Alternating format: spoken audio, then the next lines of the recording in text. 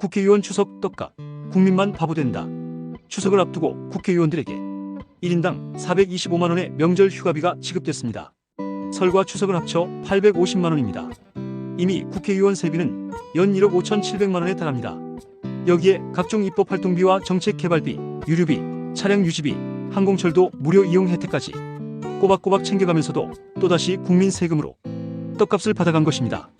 일반 직장인들이 올해 추석 상여금으로 평균 62만 8천원을 받는다고 합니다. 10곳 중 4곳은 아예 상여금조차 주지 못했습니다.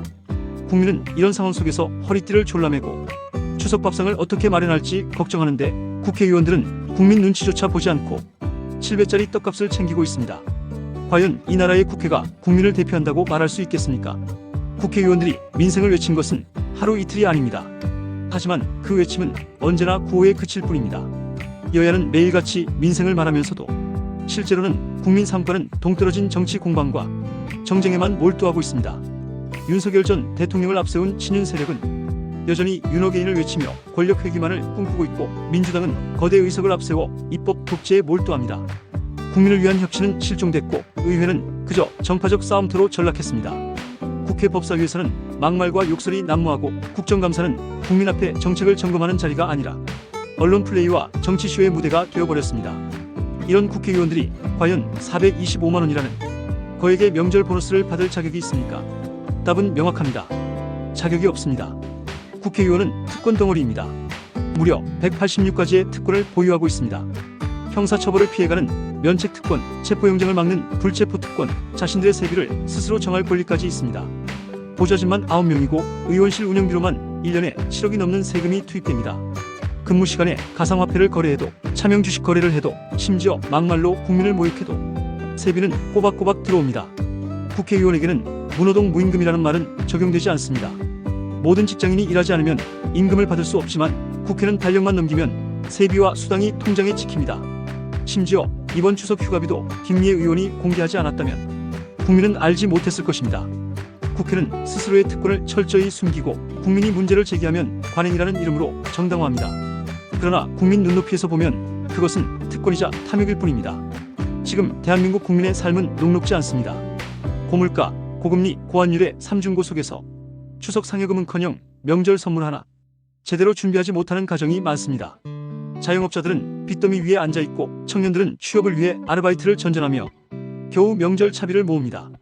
그런데 국회의원들은 연봉 1억 5천만원이 넘는 세비 외에 명절 보너스 850만원까지 챙기며 기름값, 교통비조차 세금으로 처리합니다.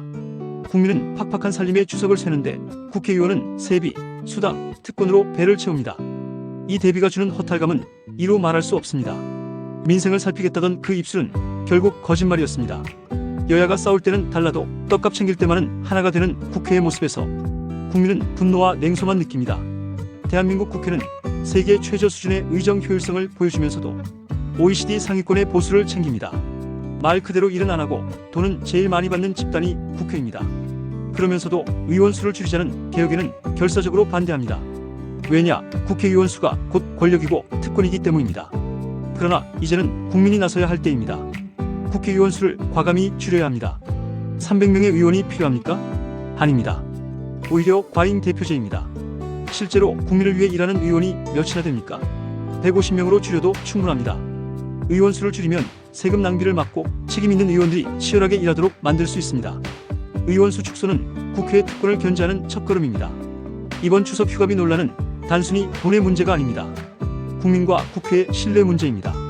국민은 힘겹게 살아가는데 국회의원은 특권과 관행이라는 이름으로 호사를 누리고 있습니다. 그러면서도 민생을 외친다면 국민이 어떻게 신뢰하겠습니까? 특권을 내려놓는 순간에만 국민 신뢰가 회복됩니다. 떡값을 반납하거나 기부하는 것이 아니라 제도 자체를 없애야 합니다. 면책특권, 불체포특권, 각종 수당과 혜택을 국민 눈높이에 맞게 폐지하거나 줄여야 합니다. 무엇보다 국회의원 수를 줄이는 개혁이 반드시 이루어져야 합니다.